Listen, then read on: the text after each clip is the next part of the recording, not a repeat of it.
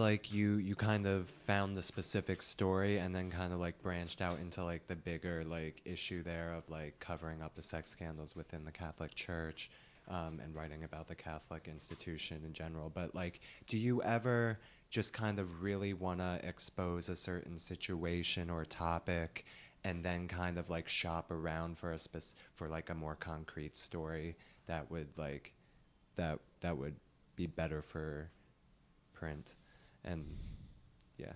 Yes, I absolutely do. In fact, I'm actually working on one right now where that's the case. That's something that I feel like I've done a lot when I write for when I've written for women's magazines, where I've written a lot about women's health and women's rights, and like for example, I felt very passionately that I wanted to write an article about domestic violence.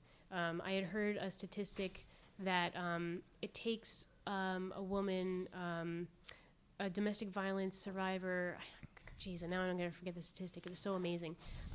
Like 5 times, 10 times, 10 tries of trying to leave her her abuser before she's finally able to make it out.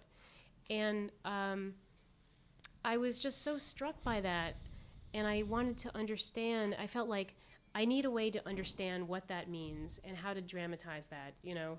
And so I began, but it's very hard when you find a topic and then you want to find the story, because then you have to find like the right story, and you wind up sort of pre-interviewing a whole bunch of people. It's almost like they're doing tryouts, and you're like, oh, thanks, that's a really great story, but no thanks. You know? um, but um, but in that situation, I did actually wind up finding somebody whose story really illustrated, you know, why it is so hard to get away. And then, of course, after all that, I had to figure out. I started asking people, hey, by the way, where is that statistic from anyway? That